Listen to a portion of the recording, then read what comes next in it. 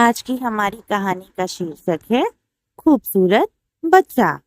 ये एक अकबर बीरबल की कहानी है। अकबर बीरबल की कहानियां सारे भारत में बहुत ही चाव से सुनी और सुनाई जाती हैं। ये न सिर्फ हमें हंसाती और गुदगुदाती हैं, बल्कि एक सुंदर संदेश भी देके जाती हैं। वैसे तो बादशाह अकबर के दरबार में अनेक बुद्धिमान और प्रतिभाशाली व्यक्ति थे, लेकिन बीरबल उन्हें सबसे प्रिय थे। बीरबल अपनी बुद्धिमत्ता से और हाजिर जवाबी से सबको निरुत्तर कर देते थे। एक बार बादशाह अकबर अपने बेटे को लेकर दरबार में आए। फिर बात होने लगी कि शहजादे तो बहुत सुंदर हैं। सारे दरबारी भी बादशाह को खुश करने के लिए शहजादे की सुंदरता के कसीदे पढ़ने लगे। उनमें से कोई कहने लगा, शहजादे तो सबसे सुंदर है। उनमें से एक ने कहा, शहजादे तो दुनिया के सबसे सुंदर बच्चे हैं। इनके जितना खूबसूरत बच्चा तो मिलना असंभव ही है।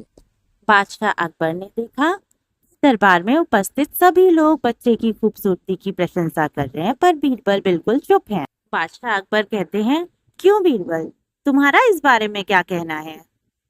तो बीरबल बोलते हैं, गुस्ताखी माफ जहांपना। शहजादे दुनिया में उपस्थित बहुत सारे सुंदर बच्चों में से एक है। तो तुम कहना चाहते हो कि हमारे शहजादे सबसे सुंदर नहीं? नहीं नहीं महाराज, मेरी बात का ये अर्थ नहीं है।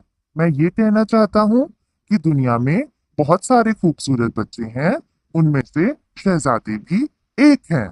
मतलब वे दुनिया में सबसे सुंदर नहीं, लेकिन वे बहुत सुंदर हैं। बीरबल की बात सुनकर बादशाह आग बबूला हो जाते हैं। वे कहते हैं, चले जाओ मेरी नजरों के सामने से।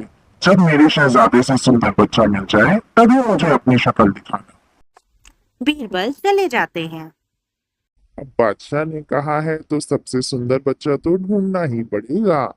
चलो भाई, काम में लगते हैं। ऐसा सोचकर बीरबल कुछ दिन के लिए कहीं पर घूमते हैं और फिर अपना काम निपटा के वापस आ जाते हैं। वे दरबार पहुंचते हैं। आओ आओ भाई बीरबल, तुम्हारा इंतजार था। मिल गया तुम्हें सबसे सुंदर बच्चा? जी जहांपना, मिल गया सबसे सुंदर बच्चा।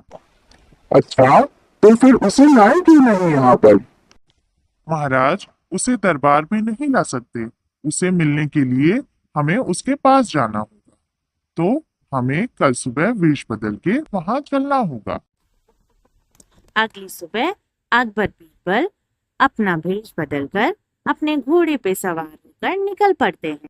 बादशाह अकबर कहते हैं, बीरबल, क्या तुम्हें यकीन है कि ये सबसे खूबसूरत बच्चा होगा?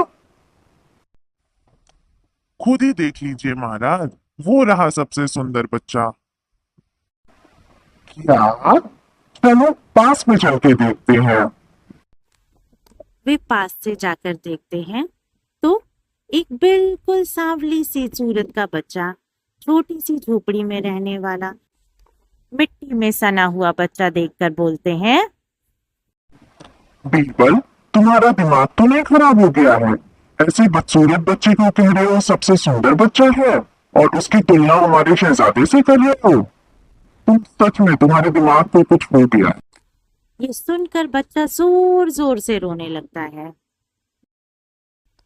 बच्चे का रोना सुनकर उसकी माँ अंदर से दौड़ी दौड़ी बाहर आती है और अपने बच्चे को झट से गोद में उठाकर उसे चुप कराने लगती है।